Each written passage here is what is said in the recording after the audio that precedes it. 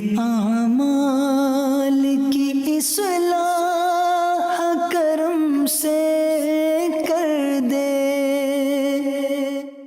الحمدللہ رب العالمین والصلاة والسلام علی سید المرسلین اما بعد فاعوذ باللہ من الشیطان الرجیم بسم اللہ الرحمن الرحیم الصلاة والسلام علیک یا رسول اللہ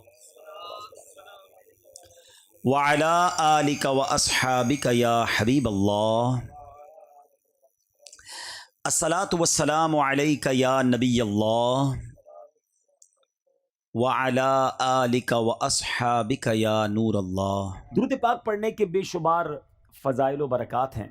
کعبے کے بدر الدجا، طیبہ کے شمس الضحیٰ، دافع جملہ بلا، شافع یوم جزا، صلی اللہ تعالیٰ علیہ وسلم کی ذات، ہمارے آقا کی ذات وہ ہے کہ جن پر درود پاک پڑھنا کب کب کیسے کیسے اور کہاں کہاں کام آتا ہے۔ جتنی حدیثیں پڑھیں، جتنے واقعات پڑھیں، عقل بھی حیران ہو جاتی ہے، ایمان بھی تازہ ہو جاتا ہے۔ اللہ کے حبیب علیہ الصلوۃ والسلام کتنی پیاری فضیلت ہمیں خود عطا فرماتے ہیں۔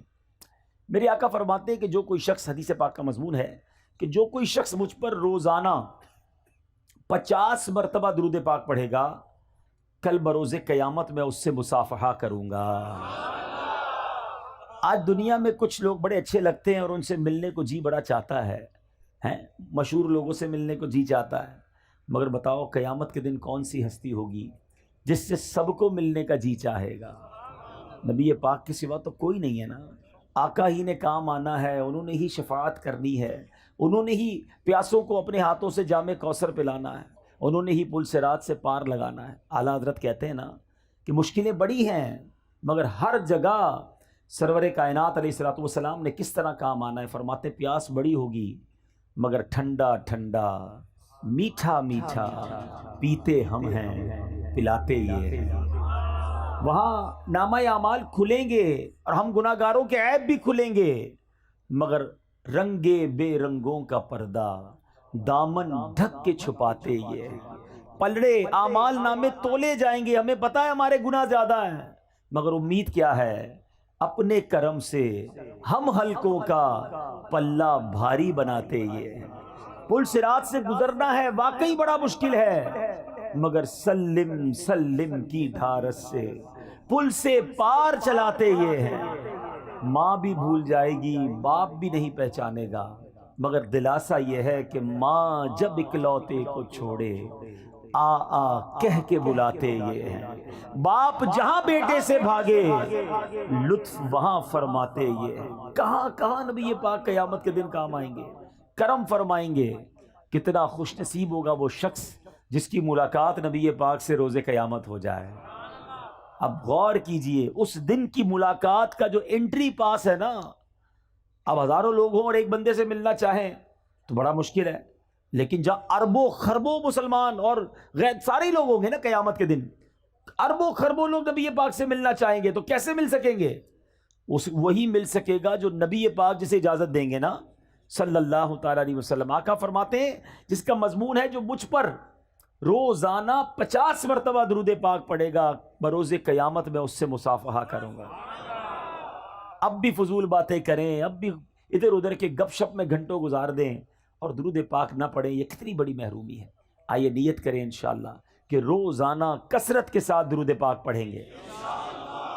آئیے مل کر با آواز بلند درود پاک پڑھ لیں۔ صلو علی الحبیب صلی اللہ تعالی علی محمد صلی اللہ علیہ وسلم۔ شادی میں محفل کرنا، نعت خوانی کرنا، قرآن خوانی کرنا بہت اچھی بات ہے، بڑا اچھا طریقہ ہے، لیکن اس کو فارمیلٹی نہ بنا دیا جائے کہ جناب ہمارے پہلے 4 فنکشن ہوتے تھے اب 5 ہوں گے۔ ایک جو ہے وہ نعت خوانی ہو جائے گی جس میں اللہ رسول کی باتیں ہو جائیں گی، باقی سارے وہ کام بھی ہوں گے جو اللہ کو ناراض کرنے والے ہیں۔ یہ نہیں کرنا چاہیے۔ آپ ذرا خود سوچیں، شادی نعمت کتنی بڑی ہے، اور بیسیکلی شادی ہے کیا؟ شادی 2 نئے خاندان مل رہے ہیں، ایک نئی زندگی شروع ہو رہی ہے، ایک نئی بنیاد، ایک نئی عمارت بنائی جا رہی ہے۔ دنیا کا دستور ہے آپ کے علاقے میں کوئی عمارت بنے، سریا کمزور ڈال دیں، سیمنٹ بیکار ڈال دیں، کنکریٹ ڈالیں ہی نہ، بنیاد کمزور کر دیں، پھر عمارت بڑی اچھی بنا لیں، اس پہ پینٹ بھی اچھا کر دیں، کھڑکیاں بھی اچھی لگائیں، ٹائلیں بھی اچھی لگائیں، تو لوگ کیا کہیں گے؟ یہ بے وقوفی کر رہا ہے۔ پہلے بنیاد مضبوط کرتا، پھر اوپر خرچہ کرتا، اور تھوڑے عرصے بعد وہ عمارت دھڑام سے گر جاتی ہے۔ ہم نے کئی شادیوں کے بعد گھر برباد ہوتے دیکھے ہیں، ہم نے کئی بچیوں کو واپس گھر آتے دیکھا ہے، ہم نے روزانہ لڑائی جھگڑے ہوتے گھروں میں دیکھے۔ لوگ آ کر بتاتے ہیں کہ بڑی دھوم دھام سے کروڑوں لاکھوں روپے خرچ کر کے شادی کی، مگر آج بچے اپنے گھر میں خوش نہیں ہیں، اولاد نہیں ہو رہی ہے، بڑی بڑی نا اتفاقی ہے۔ اپنے دل پر ہاتھ رکھیے، میں آپ سب سے پوچھتا ہوں، افسوس یہ ہے، اتنی بڑی نعمت، اتنی بڑی خوشی، اس خوشی کا اندازہ اس سے پوچھئے کہ جس ماں باپ کے گھر میں بچیاں بیٹھی ہیں اور شادی نہیں ہو رہی ہے، جوان بیٹے ہیں مگر رشتے نہیں مل رہے، جیسے چاہیے ویسا رشتہ نہیں ہو رہا۔ یہ کتنی بڑی نعمت ہے، ان ماں باپ سے پوچھو، ان لڑکوں، ان بچوں اور بچیوں سے پوچھیں جو تمنا لیے بیٹھے شادی ہو مگر نہیں ہو رہی ہے۔ اس کا مطلب کیا ہوا کہ جس کی شادی ہو رہی ہے وہ بہت بڑا خوش نصیب ہے، جس گھر میں یہ شادی ہو رہی ہے وہ بڑے خوش نصیب ہے کہ اللہ نے اتنی بڑی نعمت دی۔ مگر عجب کہانی یہ ہے کہ وہ گھر جس میں سارا سال ڈانس نہیں ہوا تھا، جس میں پوری زندگی میں کبھی ناچ گانے، ڈھول تماشے، جوئے، بے حیائی کے کام نہیں ہوتے تھے، سارے گھر والے نمازی بھی ہوتے تھے، مگر ان کے گھر میں بھی وہ ہو رہا ہے کہ سر شرم سے جھک جاتا ہے، اور ان کو بندہ کہے کہ حضرت یہ کیا ہو رہا ہے، یہ آپ اپنے گھر میں کیا کر رہے ہیں؟ تو جواب یہ ملتا ہے، کیا کریں، بچوں کی خوشی کے لیے کرنا پڑتا ہے۔ مجھے بتائیے نا، بچوں کی خوشی کے لیے کیا اللہ کو ناراض کیا جاتا ہے؟ ایک نیا خاندان آپ بنانے جا رہے ہیں اور اس کی بنیاد میں گناہ، حرام، اللہ کی ناراضی ڈالو گے تو کیا پھر آپ ایکسپیکٹ کریں گے؟ کیا ملے گا آپ کو؟ کیا رب کی رحمت نازل ہوگی؟ کیا گھر میں خوشیاں آئیں گی؟ اصل میں ہم پتہ غلطی کیا کر رہے ہیں، ہم چند رشتہ دار، چند دوستوں کو راضی کرنے کے لیے اپنا مستقبل برباد کر رہے ہوتے ہیں کہ یار یہ کیا کہیں گے، یہ رسم بھی نہیں کی، یہ والا فنکشن بھی نہیں کیا، اتنے پیسے والے لوگ ہیں پھر بھی یہ کام نہیں کیا۔ نہیں میرے بیٹھے اسلامی بھائیوں، پیسہ اللہ نے اس لیے نہیں دیا کہ اسی پیسے سے اللہ کو ناراض کیا جائے۔ میں ایک صاحب سے ملا، بڑے کمال کی شخصیت ہے، بہت پیسہ اللہ نے دیا ہے، کہتے ہیں میں جب بھی بچوں کی شادی کرتا ہوں نا، یہ الٹے سیدھے فنکشن پہ خرچ نہیں کرتا، پیسے بچاتا ہوں اور اپنے بچوں کی شادی کے ساتھ 12 غریب بچوں کی بھی شادیاں کرتا ہوں۔ کرونا خرچ اگر ایسے کرنا ہے تو ضروری ہے کہ پیسہ دکھانے کے لیے اتنا پیسہ لٹایا جائے کہ پورے گاؤں میں نام بھی تو ہونا چاہیے نا کہ ہمارے گاؤں کی سب سے بڑی شادی تھی، فلاں قسم کی گاڑیاں آئیں، فلاں کتنے قسم کے کھانے تھے۔ ٹھیک ہے ہر کام ناجائز نہیں ہوتا، لیکن مجھے بتائیے کتنے ناجائز کام کرتے ہیں؟ نہ کریں ایسا۔ میں تمام نوجوانوں کو یہ درس دیتا ہوں، آپ اسٹینڈ لیا کرو، آپ نے اپنی بیوی کے ساتھ، اپنی فیملی کے ساتھ وقت گزارنا ہے۔ آپ کہو کہ نہیں جناب میری شادی میں حرام نہیں ہوگا کیونکہ بعد میں پریشان میں نے ہونا ہے، اگر اللہ ہی ناراض ہو گیا تو میری اگلی نسلوں میں کیا ہوگا؟ ہم خود نوجوان اسٹینڈ لیں۔ ماں باپ بعض اوقات مجبور ہو جاتے ہیں کہ کیا کریں، جوان بیٹا مانتا نہیں ہے، بیٹی لڑتی ہے کہ مجھے یہ سارے کام کرنے ہیں۔ نہیں میرے بیٹھے اسلامی بھائیوں، یہ لاجیکلی بھی ٹھیک نہیں ہے۔ میں آپ سے سوال پوچھتا ہوں، آپ کو کوئی شخص آئے اور آپ کے گھر میں بڑا سا تحفہ دے کر جائے، یا آپ قرضے میں ہوں اور وہ کہے میں تمہارا قرضہ ادا کر دیتا ہوں، یا آپ کو نوکری چاہیے وہ آپ کو نوکری دلا دے، بتاؤ اس بندے کو ناراض کرو گے؟ یار اتنی مصیبت میں مجھے کام آیا، قرضہ دلا دیا، نوکری چاہیے تھی نوکری دلا دی، اتنا خوبصورت تحفہ مجھے دیا۔ دنیا میں جو ہمارے ساتھ احسان کرتا ہے ہم اس کو خوش کرتے ہیں، اور عجب کہانی یہ ہے کہ رب ہم پر اتنا بڑا احسان کرتا ہے اور ہم رب کو ناراض کرتے ہیں۔ یہ عقل میں بھی نہ آنے والی بات ہے۔ سچ بات یہ ہے کہ گھر میں اگر رب خوشی دینا، ہم صدقہ بڑھائیں، ہم سجدے بڑھائیں، ہم خیرات بڑھائیں، ہم دعائیں بڑھائیں کہ یا اللہ تیری رحمت سے تو نے یہ خوشی دی ہے، مالک اس میں اب برکت ڈال دینا، اے اللہ یہ خوشیاں باقی رکھنا، اے اللہ ان خوشیوں کو نظر نہ لگ جائے، اے اللہ زوال نعمت سے بچانا۔ ارے رب کی طرف سے عطا ہو تو ہمارے سجدے اور شکر بڑھنے چاہیے، مگر عجیب لوگ ہیں ہم کہ وہ عطائیں بڑھاتا ہے، ہم خطائیں بڑھاتے ہیں۔ وہ عطائیں بڑھاتا ہے، ہم اللہ کو ناراض کرنے والے کاموں میں لگ جاتے ہیں۔ تھوڑے پیسے ہوتے ہیں نا، کسی کے پاس غریب ہوتا ہے، تھوڑے گناہ ہوتے ہیں کیونکہ گناہ کرنے کے لیے پیسے ہی نہیں ہوتے، روز دعا کرتا ہے یا اللہ مالدار کر دے، پیسے والا کر دے، اور اللہ نے اگر مال میں برکت ڈال دی اب کیا کرتا ہے؟ اور گناہ کرتا ہے۔ اب تو مزہ آیا، اب تو پیسے آئے، اب ارمان پورے کروں گا، اس لیے دیے تھے رب نے پیسے۔ ارے اللہ نے پیسے دیے تو تم صدقے بڑھاتے نا، غریبوں کی مدد کرتے، سجدے بڑھاتے۔ خدا را میرا پہلا درس یہی ہے، جس خاندان میں شادی ہو رہی ہے، میں آپ کا بھائی ہوں، میں آپ کا بھلا چاہتا ہوں، آپ کی آگے کی زندگی میں بھی آپ خوشحال رہے یہ چاہتا ہوں، اور خوشحال وہی رہے گا جس سے رب راضی ہے۔ مجھے جواب دیجئے، خوشیاں دینے والا کون ہے؟ جواب دو نا، کون خوشیاں دینے والا ہے؟ عزت دینے والا کون ہے؟ اولاد دینے والا کون ہے؟ برکت ڈالنے والا کون ہے؟ رزق میں فراوانی کرنے والا کون ہے؟ جب سب دینا اللہ نے ہے اور میں اللہ ہی کو ناراض کر رہا ہوں، کتنی بے وقوفی والی بات ہے۔ جس سے لینا ہے اسے ناراض کر رہے ہیں دوسروں کے لیے، کہ ذرا خاندان میں نام بڑا ہو جائے، ذرا گاؤں میں ٹور بن جائے ہماری۔ نہ کیا کرو ایسا، جس سے رب راضی ہے اللہ وہ سب کو راضی کر دے گا۔ آپ رب کو راضی کرنے کی فکر کیا کرو، ہمیشہ اپنی ہر خوشی میں بھی رب کو یاد کرو، اللہ کے حبیب کو یاد کرو۔ غم میں بھی ہماری ایک لمٹ ہے، ہماری باؤنڈری ہے، شریعت ہمیں باؤنڈری دیتی ہے۔ بڑا پیارا مذہب ہے ہمارا، خوشی منانے کا بڑا پیارا انداز ہے۔ خوشی منائیے، کس نے منع کیا؟ اچھا کھانا پکائیں، کھلائیں، سب کو کھلائیں، لباس جائز پہنے، اوکے، مگر اس لیے مہنگا لباس پہنوں کہ دوسروں کو غریب دکھاؤں، دوسروں پہ تکبر کروں، یہ اجازت نہیں ہے۔ اسی طرح غم میں آپے سے باہر ہو جاتے ہیں لوگ، اللہ نہ کرے کسی کی یہاں میت ہو جائے، ایسا اول فول بکتے ہیں، ایسی باتیں منہ سے نکالتے ہیں کہ بندہ گھر میں میت تھی، بڑا واقعی پرابلم ہے، مگر ایمان چلا گیا یہ تو اس سے بھی بڑا پرابلم ہے نا، ایمان سے بھی ہاتھ دھو بیٹھتے ہیں۔ تو خدارا اپنے آپ کو قابو میں رکھا کرو، چاہے خوشی ہو چاہے غم ہو۔ ہم مسلمان ہیں، ہماری کچھ شرعی باؤنڈری ہے، اس کے اندر رہ کر ہی خوشی بھی منائیں، اور اس کے اندر رہ کر ہی ہمارا جو بھی غم کا معاملہ ہے اس کو پورا کرنا چاہیے۔ بہرحال میں رب سے دعا کرتا ہوں کہ مولا جو پیچھے گناہ ہو گئے معاف فرما دے، اور آئندہ زندگی تیری رضا والے کاموں میں گزارنا نصیب فرما، خوشی میں بھی ہمیں تجھے راضی کرنا نصیب فرما، اگر کوئی تکلیف بھی آئے تو ہمیں صبر کرنا نصیب فرما۔ اچھی عادتیں سیکھو۔ نبی پاک فرماتے ہیں رجب اللہ کا مہینہ ہے، شعبان میرا مہینہ ہے، اور رمضان میری امت کا مہینہ ہے۔ بڑے پیارے مہینے کنٹینیو سیکوینس کے ساتھ آ رہے ہیں، گویا رحمتوں کی برسات آ رہی ہے۔ کیا پیاری بات ایک بزرگ فرماتے ہیں سال جو ہے نا وہ درخت کی مانند ہوتا ہے، year like a tree، رجب اس کے پتے ہیں، رجب اس کے پتے ہیں، شعبان اس کی شاخیں ہیں، اور رمضان اس کا پھل ہے۔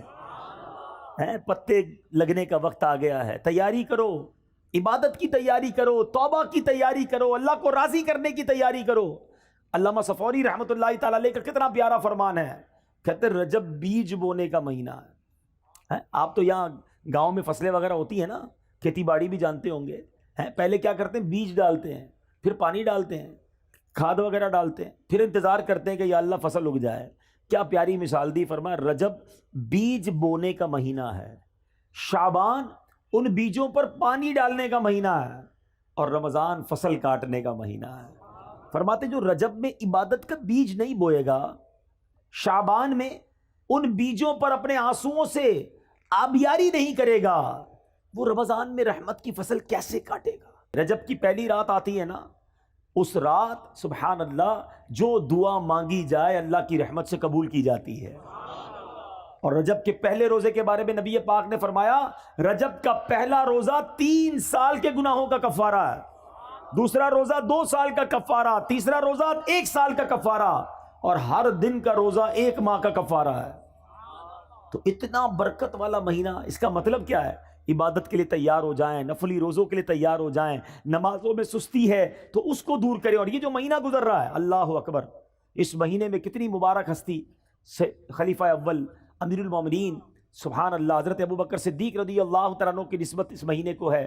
اس سیدنا ابوبکر صدیق کے بارے میں چند باتیں عرض کر کے، کیونکہ بیان میں بہت لمبا چوڑا نہیں کر سکوں گا، تو 2-3 باتیں کر کے انشاءاللہ اپنی گفتگو ختم کرتا ہوں۔ حضرت ابوبکر صدیق رضی اللہ تعالیٰ عنہ کی کیا شان تھی، کیونکہ عادتوں پر بات ہو رہی ہے، مینرز پر بات ہو رہی ہے، اخلاق کیسے ہونے چاہیے، کن بری باتوں سے بچنا ہے۔ صدیق اکبر رضی اللہ تعالیٰ عنہ ایک بار نبی پاک علیہ الصلوۃ والسلام نے کمال کی بات فرمائی۔ آقا فرماتے اچھی خصلتیں 360 ہیں، اچھی عادتیں 360 ہیں، اور اللہ تعالیٰ جب کسی سے بلائی کا ارادہ فرماتا ہے اس کی ذات میں ایک خصلت پیدا فرما دیتا ہے، اور اسی کے سبب اسے جنت میں داخل کر دیتا ہے۔ یہ بہت بڑی بات ہے کہ اچھی عادتیں اندر ہوں، گناہوں سے بچے انسان۔ اب صدیق اکبر رضی اللہ تعالیٰ تو کمال ہے نا، سوال کیسا کر لیا کہ حضور کیا کوئی ایسا بھی ہے جس کے پاس یہ ساری 360 خصلتیں ہوں، ایک خصلت جیسے ملے اللہ اسے جنت دے دیتا ہے؟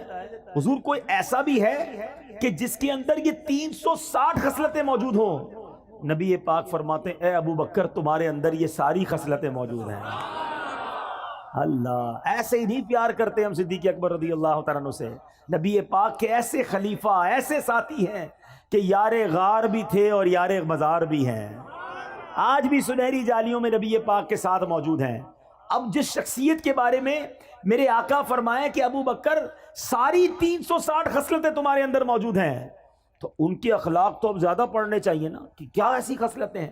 یا میں ایک اور بات ایڈ آن کر دوں، میرے بہت سارے اسلامی بھائی بیٹھے ہیں، دعوت اسلامی والے بھی بیٹھے ہیں، اور بھی نیک نمازی داڑھی والے امامے والے نظر آ رہے ہیں۔ نارملی ایک اور ہماری جناب معلومات کی کمی بتا رہا ہوں، اور ہمارے عمل کی کمی بھی بتا رہا ہوں۔ آج کسی داڑھی امامے والے یا مذہبی حلیے والے سے کہو نا بھائی آپ سنتوں پر عمل کرتے ہیں، کہتا بالکل جناب میں سنتوں کا پیکر، چلتا پھرتا سنتوں کا پیکر۔ اچھا جناب ذرا سنتیں بتائیے کتنی ہیں؟ اب اس نے سنتیں بتانی ہیں، امامہ پہننا سنت ہے، داڑھی سنت ہے، تیل لگانا سنت ہے، کنگھا کرنا سنت ہے، سیدھے ہاتھ سے کھانا سنت ہے، بسم اللہ پڑھنا سنت ہے، سلام کرنا سنت ہے، مسکرانا سنت ہے، اور چپل سیدھے پاؤں پہ پہننا سنت ہے، کپڑا سیدھے ہاتھ سے پہننا سنت، اور بتائیے 10 12 15 اور بتائیے۔ That's it. ہمیں 15 17 20 سنتوں سے زیادہ سنتیں پتہ نہیں ہیں، اور ہم کہتے ہیں میں سنتوں کا پیکر ہوں۔ جناب علماء نے اپنی کتابوں میں 400 سے زیادہ نبی پاک کی سنتیں لکھی ہیں، اور اب سنو میں بتاتا ہوں چند سنتیں، میری جو پوائنٹ ہے اس کو سمجھیے گا۔ ہم نے نبی پاک کے سراپے کی سنتیں تو جو نظر آتی ہیں وہ تو چلیں اپنا لی، بڑی اچھی بات ہے، مگر سچ بولنا بھی سنت ہے، وعدے پورے کرنا بھی سنت ہے، قرض وقت پر لوٹانا بھی سنت ہے، پڑوسی کا خیال رکھنا بھی سنت ہے، بچوں پر شفقت کرنا بھی سنت ہے، بڑوں کا ادب کرنا بھی سنت ہے، اپنی ازواج اپنی فیملی کے ساتھ نرمی کا برتاؤ کرنا بھی سنت ہے، اپنے غلام اور اپنے خادموں کی غلطی پر معاف کرنا بھی سنت ہے، بدلہ نہ لے کر جانی دشمنوں کو معاف کرنا بھی سنت ہے، ارے غریب آئے جو آئے اسے عطا فرمانا، سخاوت کرنا بھی سنت ہے، اپنے پیٹ پر پتھر باندھ کر اپنے صحابہ کو روٹی کھلانا بھی سنت ہے۔ ان سنتوں پر کون عمل کرے گا؟ ہے داڑھی رکھ لی، امامہ پہن لیا اور کاروبار میں جھوٹ بولتے ہیں؟ یہ صرف سراپے کی سنتیں اپنا کر ہم سمجھ رہے ہیں ہم سنتوں کے پیکر ہو گئے۔ جس نے سنتیں سراپے کی سجائیں اس پر اب زیادہ ذمہ داری ہے کہ اب کردار کی سنتیں بھی اپنائے، ورنہ لوگ کہیں گے کہ دیکھو امامہ پہن کر داڑھی رکھ کر نمازیں بھی پڑھتا ہے اور یہ حرام کام کرتا ہے، سود کا کاروبار کرتا ہے، جھوٹ بولتا ہے، قرض واپس نہیں لوٹاتا ہے، گھر والے پریشان ہیں کہ بیوی پر ظلم کرتا ہے، ماں باپ کا ادب نہیں کرتا ہے، بچوں پر سختی کرتا ہے۔ کیا یہ نبی پاک کی سنتیں نہیں؟ تو خدا را اے میرے میٹھے اسلامی بھائیوں، ہاتھ جوڑ کر اپنے بیٹھے اس لیے سمجھا رہا ہوں کہ یقیناً داڑھی رکھنا سنت ہے، یقیناً امامہ پہننا سنت ہے، سنت کا لباس ہم نے اپنایا۔ اب لوگ ہم میں نبی پاک کی جھلک دیکھنا چاہتے ہیں، کردار مصطفیٰ کی برکتیں دیکھنا چاہتے ہیں، تو سنتیں بہت ساری ہیں، اور کردار کی سنتیں کون اپنائے گا؟ تو خدا را ضرور امامہ ہو، ضرور داڑھی ہو، ضرور نمازیں ہو، نماز کا نشان بھی ہو، مگر بات ہو تو سچ ہو، زبان سے انگارے نہ نکلیں، زبان سے تانے نہ نکلیں، زبان سے کانٹے نہ نکلیں کہ جو بات کرے اس کا دل چھلنی ہو جائے۔ ارے جو آپ سے بات کرے اس کو ایسے پھول ملے کہ دل مہک اٹھے، ہے پیسے دے تو وقت پر واپس ملے، اسے کاروبار کرے تو سچی چیز ملے، اپنا نقصان برداشت کر لینا، کیونکہ اب داڑھی رکھی ہے تو ذمہ داری زیادہ ہے کہ میری وجہ سے کسی اور کو نقصان نہ ہو۔ آستینے چڑھا کر سنتوں کا لباس پہن کر بات کرنے والے سے کون محبت کرے گا؟ اور میں سچ بتاؤں دل جلتا ہے کہ اس طرح کے کردار کے جس کے اندر کردار کی خامیاں ہوتی ہیں وہ پھر نبی پاک کی سنتوں کے خلاف لوگ بات کرتے ہیں، مذہبی لوگوں کے خلاف بات کرتے ہیں کہ دیکھو مذہبی لوگ ایسے ہوتے ہیں۔ آپ میرے اپنے ہیں اس لیے میں دل کی بات کر رہا ہوں۔ صدیق اکبر کے اس واقعے سے پتا چل رہا ہے کہ نبی پاک نے فرمایا 360 خصلتیں ہیں جو اچھی عادتیں ہیں، کہاں ہیں ہمارے اندر؟ اب آؤ میں بتاتا ہوں صدیق اکبر کے اندر کیسی کیسی عادتیں تھیں۔ آپ زمانہ جہلیت میں بھی، ابھی اسلام کہ نبی پاک نے اعلان نبوت ہی نہیں کیا تھا، اس دور میں بھی کبھی زندگی میں صدیق اکبر نے جھوٹ نہیں بولا۔ صدیق، آپ کا لقب پہلے ہی صدیق مشہور تھا، ہر بات سچ کہتے تھے۔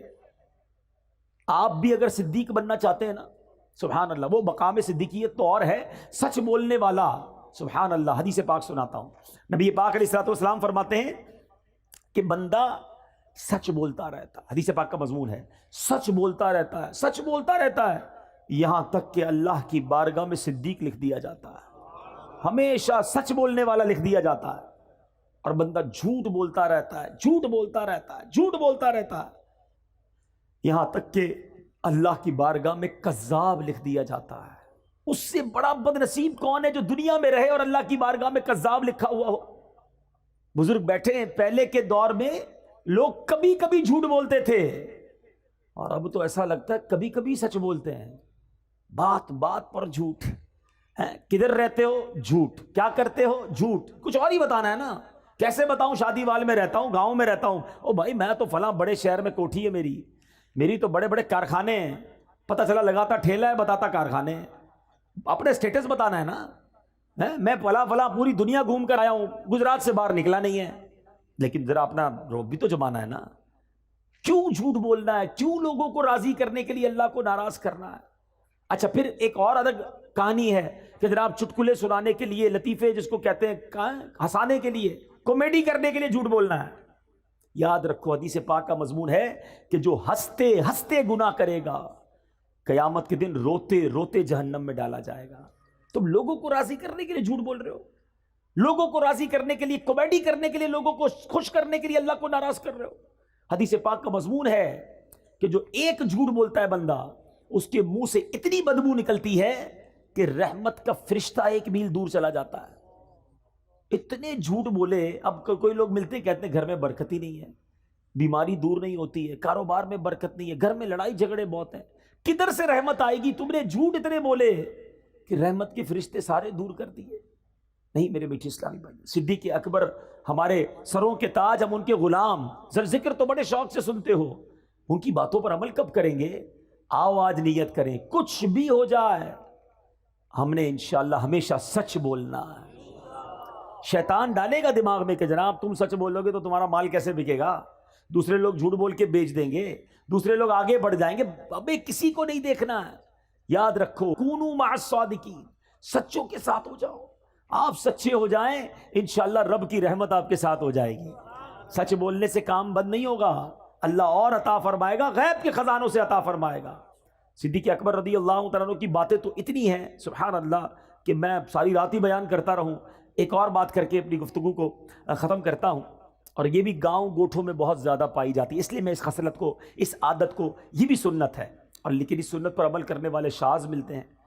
صدیق اکبر رضی اللہ تعالیٰ کا ایک معمول تھا کہ مدینے کی جو بچیاں تھیں وہ خلیفہ بننے سے پہلے 3 سال تک ہر سال آپ کے پاس آتی، اور محلے کی بکریاں، اپنی بچیاں جو ہے بکریاں لے کر آتی، تو تقریباً ہر دوسرے دن آتی تھی اور کہتی حضور ہماری بکریوں کو آپ دودھ دھو دیجئے۔ صدیق اکبر رضی اللہ تعالیٰ عنہ کو دودھ نکال کے دیتے۔ اب آپ بن گئے خلیفہ، امیر المومنین، ہیڈ آف اسٹیٹ، آج کے لفظ میں آپ تو اس مملکت کے ہیڈ تھے نا۔ اب ان بچیوں نے آ کر کہا کہ حضور پہلے تو آپ دودھ نکال دیتے تھے، اب تو آپ خلیفہ بن گئے ہیں، اب تو آپ دودھ نہیں نکالیں گے۔ آپ نے فرمایا کیوں نہیں، بکریاں لے آیا کرو، میں اب بھی تمہیں دودھ دھو دیا کروں گا۔ مدینے کی بچیاں بکریاں لاتی، صدیق اکبر رضی اللہ عنہ خلیفہ بن چکے تھے، پھر بھی ان بچیوں کا دودھ دھویا کرتے تھے۔ حضرت عمر فاروق کے بارے میں آتا ہے، یہ کیسے لوگ تھے؟ کہتے کہ میں ایک بوڑھی عورت کے گھر پر بیچاری پریشان تھی، تو کبھی کبھی جا کر اس کے گھر کے کام کاج کر دیا کرتا، صفائی کر دیا کرتا، چیزوں کو ٹھیک کر دیا کرتا۔ ایک بار گیا تو بوڑھی عورت نے کہا کہ پہلے ہی سارا کام ہو گیا ہے، گھر صاف ستھرا تھا، ایوری تھنگ مینج۔ کہ کون آیا تھا؟ کہ پتہ نہیں کون آیا تھا، کوئی آیا تھا اور آ کے کر کے چلا گیا۔ اچھا دوسرے دن گئے، پھر گھر کا کام پہلے ہو گیا، تیسرے دن گئے، پھر گھر کا کام حضرت عمر سے پہلے ہو گیا، عمر فاروق رضی اللہ عنہ سے پہلے۔ کہتے کون ہے جو مجھ سے پہلے آ کر گھر کے سارے کام کر جاتا ہے؟ اب ایک رات حضرت عمر فاروق کہتے ہیں میں دن میں آ کر چھپ جاؤں گا۔ اب آ کر شام کو چھپ گئے، دیکھا کہ خلیفۃ المسلمین امیر المومنین حضرت ابو بکر صدیق تشریف لائے۔ اس بوڑھی عورت کے گھر میں جھاڑو لگایا، اس کے کپڑے اور اس کے سارے کام کاج ٹھیک کیے، اور اس کے بعد تشریف لے گئے۔ کیا سیکھنے کو ملا؟ کہ خلیفہ بننے کے بعد بھی عاجزی کا پیکر ہیں، انکساری کا پیکر ہیں، ڈاؤن ٹو ارتھ ہیں۔ اور آج ہمارا کیا حال ہے؟ تھوڑے پیسے مل جائیں، تھوڑی نمبرداری مل جائے، کسی ملک کا ویزا لگ جائے، او ہو پھر تو ہمارا سٹائل ہی الگ ہے نا۔ پہلے محلے میں کوئی جانتا نہیں تھا، آج تھوڑا نام پاکستان میں مشہور ہو جائے پھر تو انداز ہی بدل جاتا ہے۔ بندہ مالدار ہو کر آج کل یہ ہو گیا غریب رشتہ دار کو پہچاننا چھوڑ دیتے ہیں کہ میں کیسے بتاؤں یہ میرا چاچا ہے، یہ بیچارہ پگڑ باندھے والا، یہ دیہاتی آدمی، میں کسی کو کہوں گا میرا ابا ہے، میرا چاچا ہے، تو لوگ مذاق اڑائیں گے۔ استغفر اللہ، یہ سیکھا ہم نے، یہ اسلام کی تعلیمات ہے۔ یقین کرو میرے میٹھے اسلامی بھائیوں، تکبر ایسا گناہ ہے، اللہ کو اتنا ناپسند ہے کہ روایتوں کا مضمون ہے کہ متکبر کو قیامت کے دن چوٹیوں کی شکل میں لایا جائے گا اور لوگ مسل مسل کر اس کے اوپر سے گزر رہے ہوں گے۔ تکبر ہی تو کیا تھا شیطان نے۔ حضرت آدم علیہ السلام کے سامنے دیکھ کر کیا کہا تھا؟ انا خیر من، میں اس سے بہتر ہوں، اے اللہ تو نے اس کو مٹی سے بنایا، مجھے آگ سے بنایا ہے۔ ایک تکبر کیا اور اللہ کی بارگاہ سے مردود قرار دے دیا گیا۔ آج یہاں روز تکبر کرتے لوگ، کہتے یہ گاؤں کے لوگ ہیں، یہ غریب لوگ ہیں، میں پیسے والا، میں وڈیرا، میں چودھری، میں نمبردار، میرے پاس بڑی گاڑیاں، میری بڑی کوٹھی، میرے ملازم ہیں۔ ٹھیک ہے، پہلے زمانے میں میں بھی غریب تھا، ان کے ساتھ چارپائی پہ بیٹھ کر چائے پی لیتا تھا، اب میرا سٹیٹس نہیں ہے۔ خلیفۃ المسلمین ہے اور بچیوں کی بکریوں کا دودھ دھو رہے ہیں۔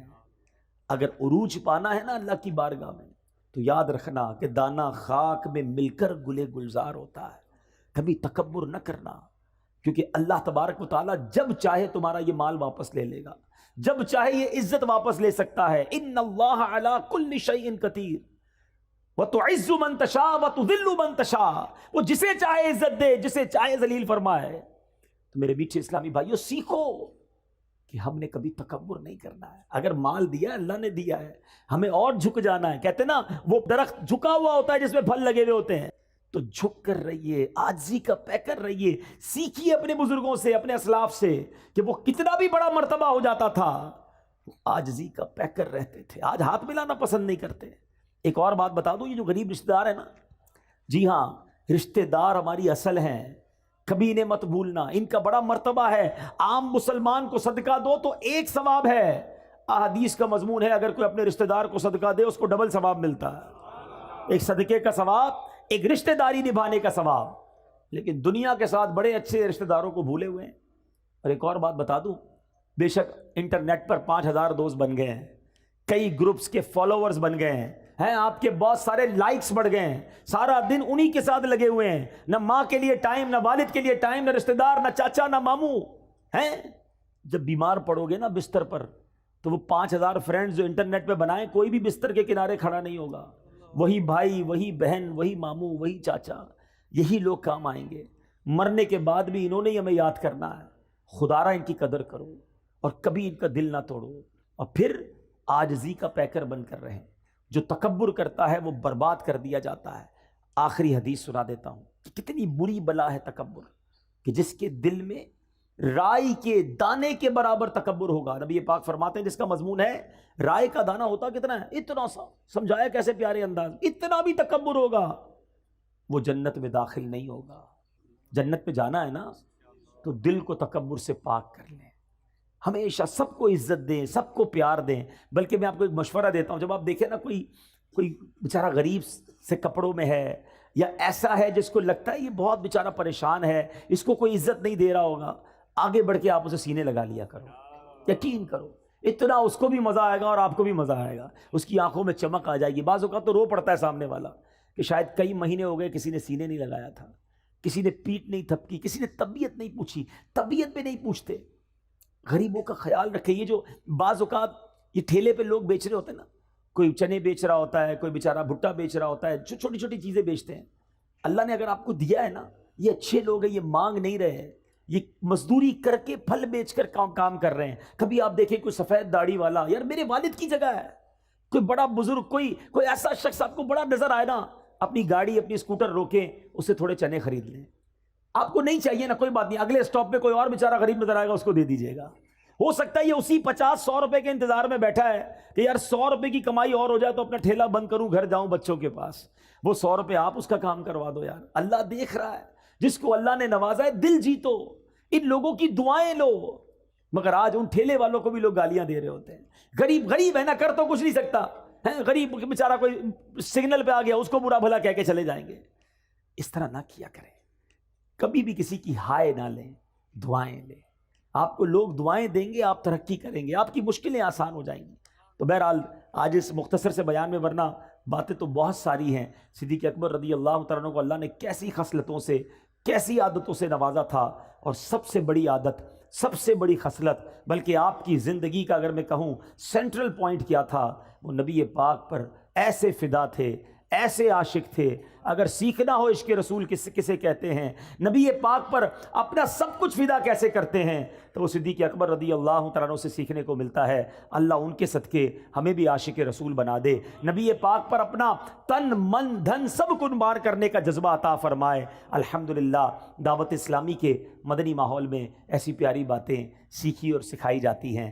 آپ بھی اس مدنی ماحول سے وابستہ رہیے، اجتماعات میں آتے رہیے، مدنی قافلوں میں سفر کیجئے. انشاءاللہ ہمارے اندر بھی عاجزی آ جائے گی، ہم بھی سچے ہو جائیں گے، ہم بھی کردار کی سنتوں پر عمل کرنے والے بن جائیں گے. آمین بجاہ النبی الامین صلی اللہ تعالیٰ علیہ وسلم. میرے اعمال کی اصلاح